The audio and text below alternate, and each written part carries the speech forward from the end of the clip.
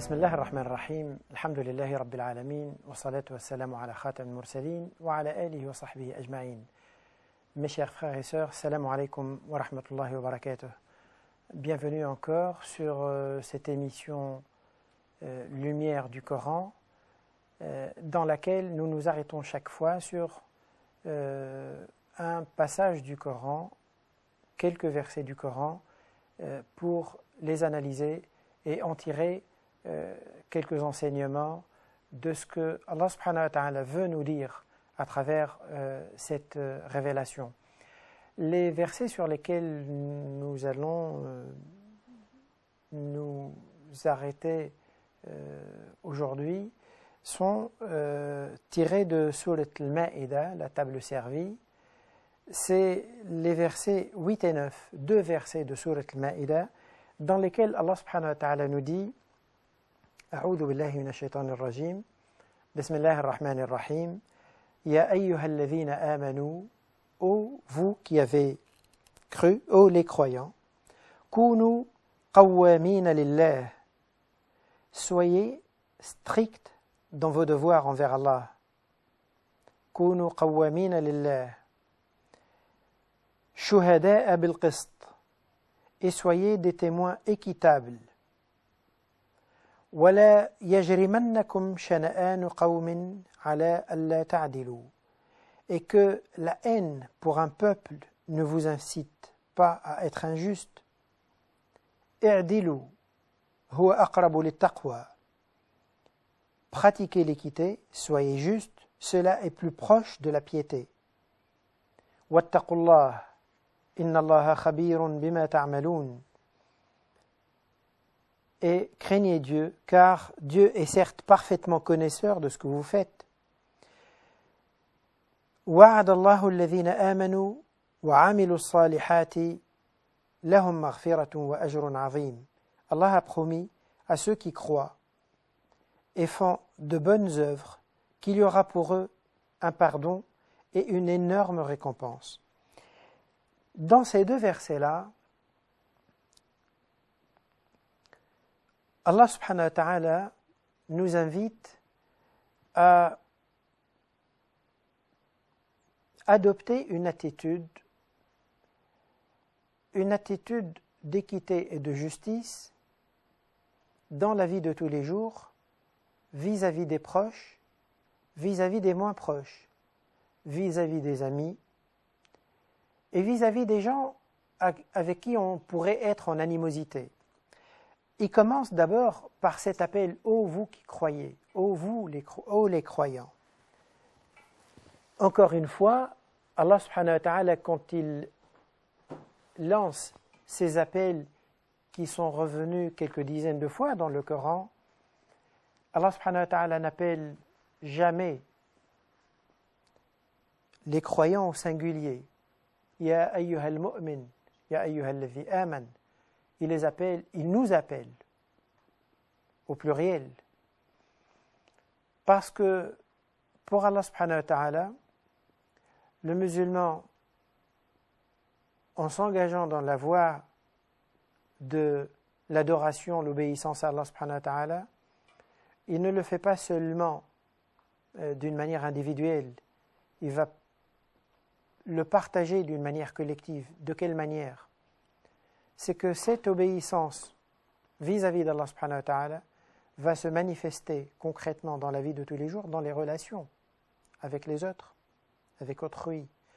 Et donc on va se trouver un groupe de personnes, un ensemble de personnes qui partagent ce même objectif, ce même chemin, ce même cheminement vers Allah subhanahu wa ta'ala. Ya ayyuhal ladhina amanu, kunu qawwamina lillah. Soyez stricts dans vos devoirs envers Allah. Alors, cette phrase-là, « Kunu qawwamina lillahi » peut être traduite d'une autre manière également, tout en ayant toujours le même sens. « Kunu qawwamin lillah » agissez pour Dieu. Sous-entendu, n'agissez pas pour vous-même. Pour vous-même, pour nous-mêmes, non pas dans le sens ne pas agir pour répondre à nos besoins, non, mais que le musulman, dans ses relations quotidiennes, dans les positions qu'il prend, dans les propos qu'il tient, eh bien, le critère qui doit déterminer ses positions, ses propos, ce qu'il fait et ce qu'il ne fait pas, la considération première qui doit être derrière ses choix, ses positions, eh bien, ça doit être Allah subhanahu wa ta'ala. Agis pour lui, agis en pensant à lui, agis en tenant compte de lui, de ce qu'il aime et de ce qu'il n'aime pas. Agissez pour Dieu et n'agissez pas par vos propres instincts. C'est surtout la suite du verset qui va illustrer et montrer le sens profond de cet appel à agir pour Dieu.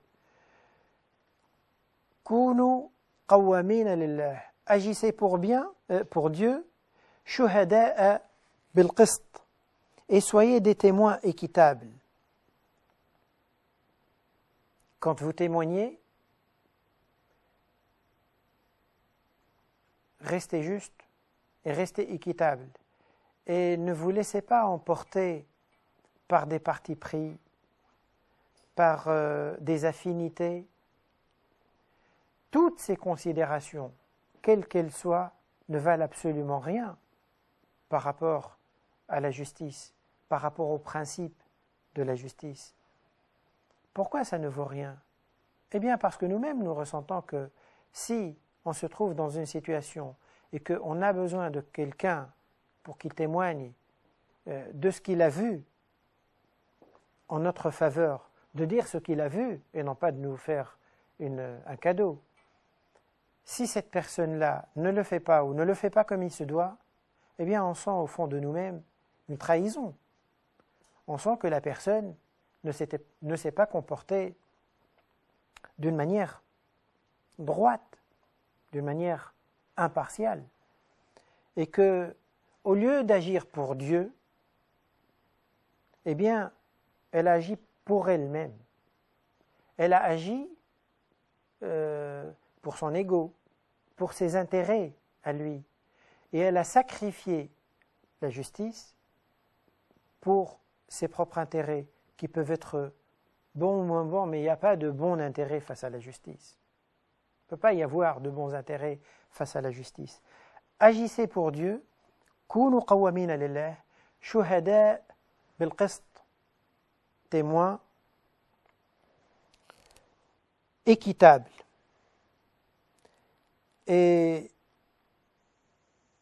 que vous témoigniez pour quelqu'un que vous connaissez, que vous ne connaissez pas, que vous témoigniez pour quelqu'un avec qui vous avez des affinités ou non, quelqu'un de qui aurait des éléments communs avec vous, d'appartenance, d'origine, de culture, de professionnel, de sorte de corporatisme.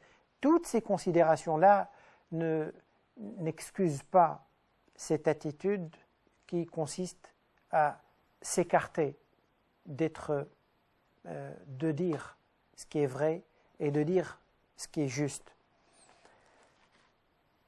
Kunu qawwamin lillah, shuhada'a bil qist. Agissez pour Dieu et soyez des témoins équitables. Puis Allah subhanahu wa ta'ala nous dit ensuite وَلَا يَجْرِمَنَّكُمْ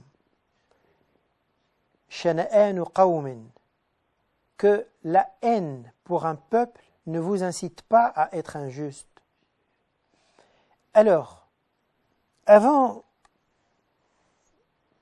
d'éclaircir l'ensemble de cette recommandation, un mot d'abord par rapport à ce terme qui est fort, que la haine pour un peuple. on peut se demander, est-ce que le musulman, est-ce que quelqu'un de bon peut ressentir un sentiment aussi négatif que la haine? Il n'y a pas un être humain. Il n'y a pas un être humain sain qui ne ressent pas la haine. Mais quelle haine? Pour quelle raison? La haine de l'injustice et de celui qui commet l'injustice. Si quelqu'un vous prend vos droits, si quelqu'un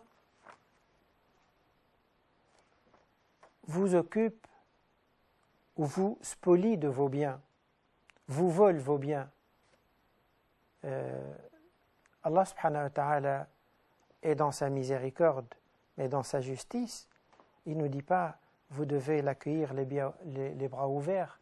Il ne vous dit pas si quelqu'un cherche à prendre votre maison, eh bien vous lui servez à boire et vous l'accueillez comme un invité.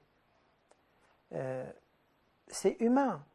Et s'il nous avait demandé quelque chose comme ça, ce serait de la pure utopie qui n'aurait aucune réalité dans la réalité. Elle ne serait pas effective. Allah subhanahu wa ta'ala sait parfaitement que l'être humain peut éprouver des sentiments aussi négatifs. Sauf que il ne tolère pas que ces sentiments négatifs soient déplacés ou soient orientés d'une manière injuste. Ce sentiment-là, c'est un sentiment qui doit pousser la personne à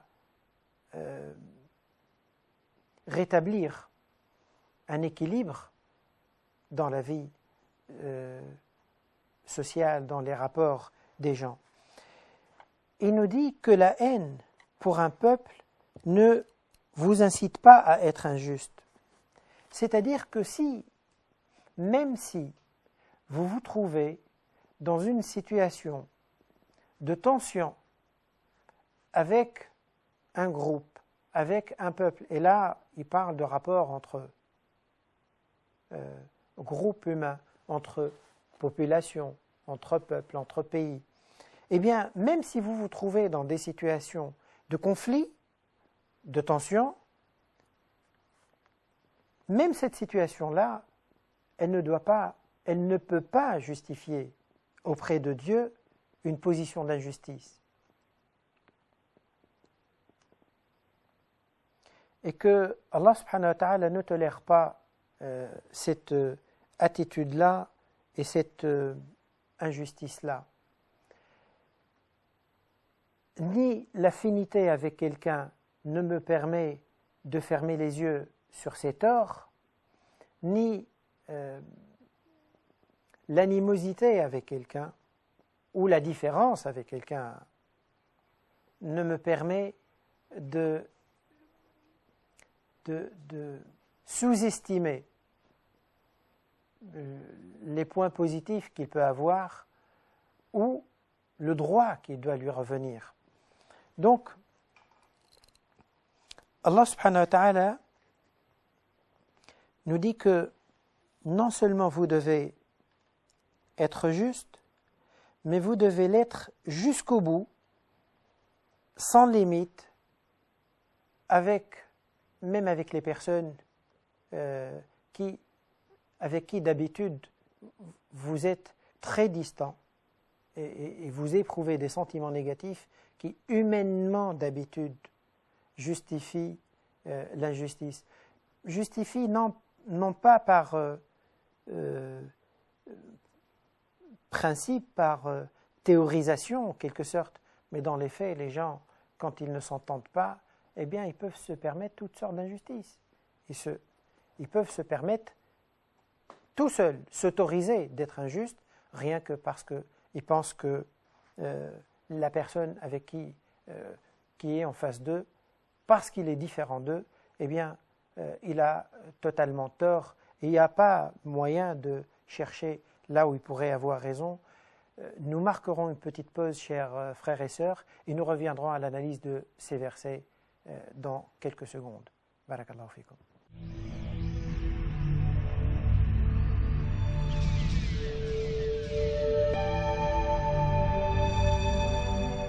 Chers frères et sœurs, nous étions juste avant la pause donc en train d'analyser les versets 8 et 9 de Surat al-Ma'ida, ces deux versets dans lesquels Allah subhanahu wa ta'ala nous invite à être toujours du côté de la justice, quel que soit le prix, quelles que soient les conditions, quelle que soit la personne qui est en face de nous, qu'elle soit proche ou non.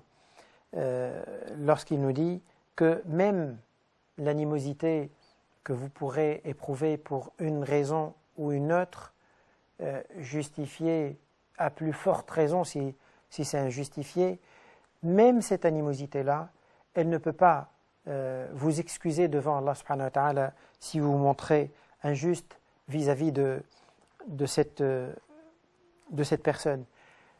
Allah subhanahu wa ta'ala sait parfaitement qu'en nous appelant à viser cet objectif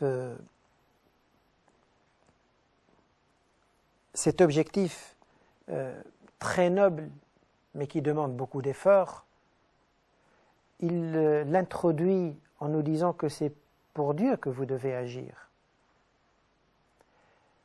Et il le finit en nous rappelant que Allah subhanahu wa ta'ala est parfaitement connaisseur de ce que vous faites, de ce que nous faisons. Wallahu khabirun bima ta'malun. Parce qu'il sait que là, il met la barre haute, mais c'est une barre qui ne peut pas être qui peut être que là où Allah subhanahu wa ta'ala la met. Parce qu'elle demande un effort, il nous rappelle que c'est le fait d'être dans cet esprit d'agir pour Dieu qui facilite de s'approcher et d'atteindre cet objectif-là, et le fait de penser et se rappeler que Allah subhanahu wa ta'ala est tout proche de nous et qu'on est sous son regard permanent et qu'il connaît parfaitement tous les détails de notre vie de tous les jours, tous les faits et gestes que nous faisons, eh bien le fait de se rappeler ce regard permanent d'Allah subhanahu wa ta'ala est de nature à encourager, à donner de l'énergie, à donner une force, à viser cet objectif de ne jamais faillir à la justice. À l'époque du prophète sallallahu alayhi wa sallam, un cas s'était présenté au prophète lorsque un compagnon est venu lui demander, un compagnon qui s'appelle Nu'man ibn Bashir. Il est venu lui annoncer qu'il a décidé de donner une parcelle de terre à l'un de ses enfants. Et le prophète sallallahu alayhi wa sallam, sachant que Nu'man avait plusieurs enfants,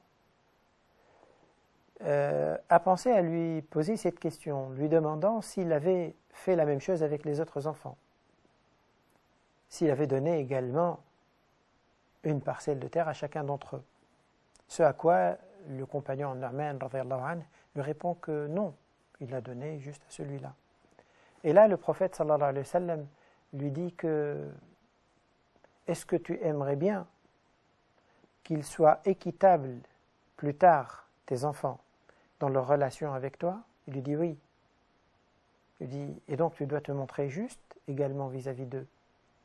Et dans une autre version de ce hadith, Nu'man radhiyallahu anhu, quand il est venu voir le prophète sallallahu alayhi wa sallam, il n'est pas venu juste l'informer, il est venu lui demander d'être témoin de ce don, de ce geste qu'il va faire, de cet acte qu'il va faire.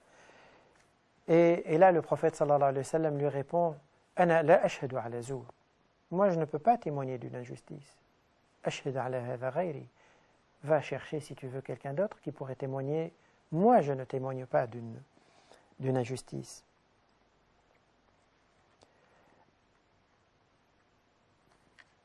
Donc, Allah subhanahu wa ta'ala nous dit que l'attitude qui s'impose aux musulmans, c'est cette attitude de justice. Cette attitude sans faille, sans limite. Et qui s'applique également dans différentes situations, qui s'applique aux individus, aux gens qui sont autour de nous, mais qui peut s'appliquer aussi à d'autres situations. Dans des débats d'idées, par exemple, dans des discussions entre des gens, dans la vie de tous les jours, eh bien, on peut se montrer injuste, non pas vis-à-vis d'une personne, vis-à-vis d'une conviction, envers une idée qu'il présente. Au lieu de prendre le temps de bien cerner, de bien comprendre l'échange, la conversation, l'objet de la discussion, de telle sorte que on peut reconnaître à la personne qui est en face de nous le ou les points sur lesquels il peut avoir raison et les distinguer d'un certain nombre de points avec lesquels on n'est pas d'accord avec lui. Au lieu de faire cet effort-là, on rejette en bloc tout ce qu'il dit, tout simplement parce qu'on n'est pas d'accord. Et il se peut que ce désaccord nous paraît justifié, ou qu'il le soit réellement. C'est-à-dire qu'une discussion avec deux personnes qui adhèrent à deux convictions diamétralement opposées, deux religions complètement différentes, et dans lesquelles chacun se plaît dans la religion qu'il a adoptée et pense que c'est la seule voie de salut qu'il y a. Eh bien, malgré ça, Allah subhanahu wa ta'ala ne veut pas que le musulman manque à cet esprit d'équité et de justice, de telle sorte qu'il n'arrive pas à démêler, à distinguer les choses et faire la part des choses.